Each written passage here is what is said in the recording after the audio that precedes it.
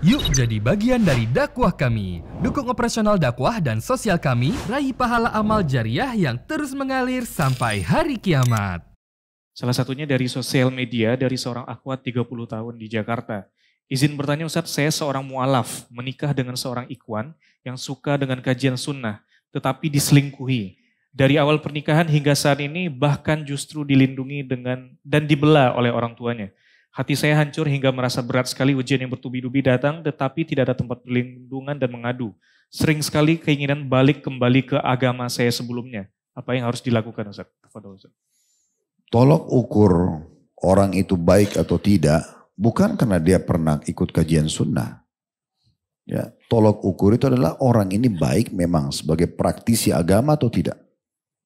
Kalau ada orang yang melamar Anda, wahai para muslimah, dan dia katakan saya pernah hadir di Blok M di kajiannya Ustadz Khalid. Kalau Anda tanya ada, saya bilang saya tidak kenal. Loh ya, jangan kena bawa nama saya, oh berarti orang baik. Belum tentu. Bisa saja dia kebetulan mampir mau belanja di bawah. Misal, bisa saja dia cuma datang di sini memang cari mangsanya. Loh ya, tanda kutip banyak orang begitu. Datang di pengajian, performannya luar biasa, soleh dan soleha, tapi dia cari mangsa. Saya berapa kali dapat informasi itu. Dia kenalan sama orang di pengajian, akhirnya utang sana, utang sini, lari. Ya, gitu kan. Ada juga yang begitu, gajian supaya nanti dikenal oleh pihak akhwatnya, atau akhwat kenal dia, lalu kenalan, lalu pergi jalan sama-sama. Saya pernah isi pengajian di satu tempat. Alhamdulillah saya tidak sebut nama dan cuma sebagai contoh. Ada seorang ikhwah saya kenal gitu, rutin hadir di beberapa kajian, tidak semua. Begitu dia ketemu saya tahunya anak ini masih bujang, belum nikah. Kemudian dia lewat, dia naik motor, kebetulan lewat di sebelah mobil saya. Assalamualaikum Ustaz, waalaikumsalam. Kata. Oh Masya Allah, saya lihat dia boncengan sama akhwat gitu ya. Karena dia dekat sudah sering kalau sama saya tanya Masya Allah, kapan antum menikahnya? Ya. Saya bilang gitu. Terus dia senyum-senyum, oh bukan Ustaz, calon ana. Jadi dia menunggangi pengajian untuk bawa pacaran ke pengajian. Ini bagaimana ceritanya? Yang salah siapa ini? Pengajian atau orangnya? Orangnya. Nah orangnya. Kan gitu. Jadi jangan bawa-bawa, oh karena ikut kajian Ustadz Fulan atau Ustadz Fulan, ya mungkin kebetulan majelisnya banyak orang datang, oh berarti sudah kita jadikan tolok ukur orang baik. Jangan, antum cross check tetap. Kalau ada orang di sini misalnya yang hadir datang ke saya, Ustadz saya mau nikah. Lalu saya rekomendasikan, coba ke keluarga ini.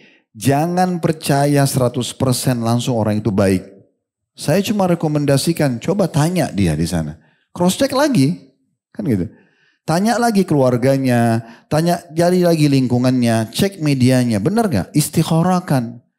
Karena saya cuma bersangka baik, oh mungkin itu bisa dijadikan sebagai rujukan. Tapi belum tentu. Kan gitu. Nah ini biasa karena tidak difahami poin ini. Terjadilah seperti tadi. Saudari kita muslimah yang mu'allaf ini, dia pikir ikhwah ini sudah sering ikut di pengajian. Apalagi dianggap kajian sunnah. Kemudian dia nikah, ternyata diselingkuhin misalnya. Ya.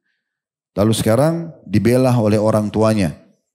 Dia sudah mengeluh, dia tidak tahu mau mengeluh kepada siapa. Kadang-kadang bahkan terfikir untuk murtad lagi, meninggalkan agama Islam. Ini kan luar biasa dosanya si laki-laki ini. Kalau benar ya, saya juga perlu titik beratkan ya. Kadang-kadang pertanyaan seperti ini, ikhwah dan akhwat sekalian, kami akan menjawab sesuai dengan pertanyaannya. Kalau Anda membolak-balikkan pertanyaan dan kata-kata Anda untuk mencari pembenaran, kami lepas tanggung jawab depan hari kiamat. Karena sesuai dengan pertanyaan. Karena pernah ada seorang akhwat, ibu, menulis di saya pertanyaannya, suaminya zalim, tidak pernah kasih nafkah, KDRT, ABC. Ini kalau dibaca ini, dari salah satu poin itu saya sudah cukup dia bisa mengajukan perceraian. Pertanyaan terakhir, Ustadz boleh nggak saya ajukan cerai? Saya bilang kalau sesuai yang ibu jelasin ini, boleh Anda ajukan perceraian. Orang tiap hari dipukul, nggak dikasih nafkah. Untuk apa bertahan sama laki-laki seburuk ini kan gitu. Udah selesai. Tapi saya bilang, alhamdulillah saya bilang waktu itu, kalau seperti yang Anda bilang ini, ya Anda boleh ajukan perceraian. Kami sudah pertanyaan. Subhanallah mungkin 10 menit setelah saya keluar dari pengajian, ada satu bapak telepon saya. Saya nggak tahu dapat nomor telepon saya dari mana gitu. Walaupun nomor telepon saya sudah saya rahasiakan. Karena sudah 5 kali saya ganti nomor telepon. Nyebar telepon. WA 10 saya jawab masuk 100. Dan pertanyaannya, Ustadz, tolong jelaskan hukum ini berikut dalil-dalilnya. Saya mau jawab berapa jam ini?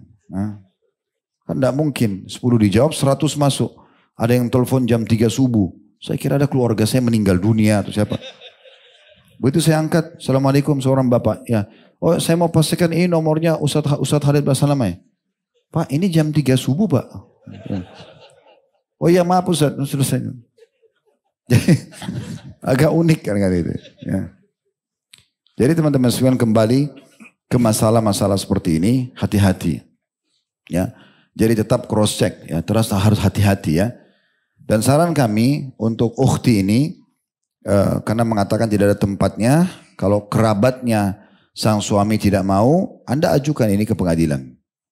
Anda ajukan di pengadilan agama, keluhkan semua sampaikan, nanti biar hakim pihak pemerintah kita yang turun tangan untuk menengahi, karena nanti pasti akan diminta saksi-saksi atau pertanggungjawaban terhadap perbuatan dia. Dan kalau emang sudah tidak memungkinkan, jangan bertahan.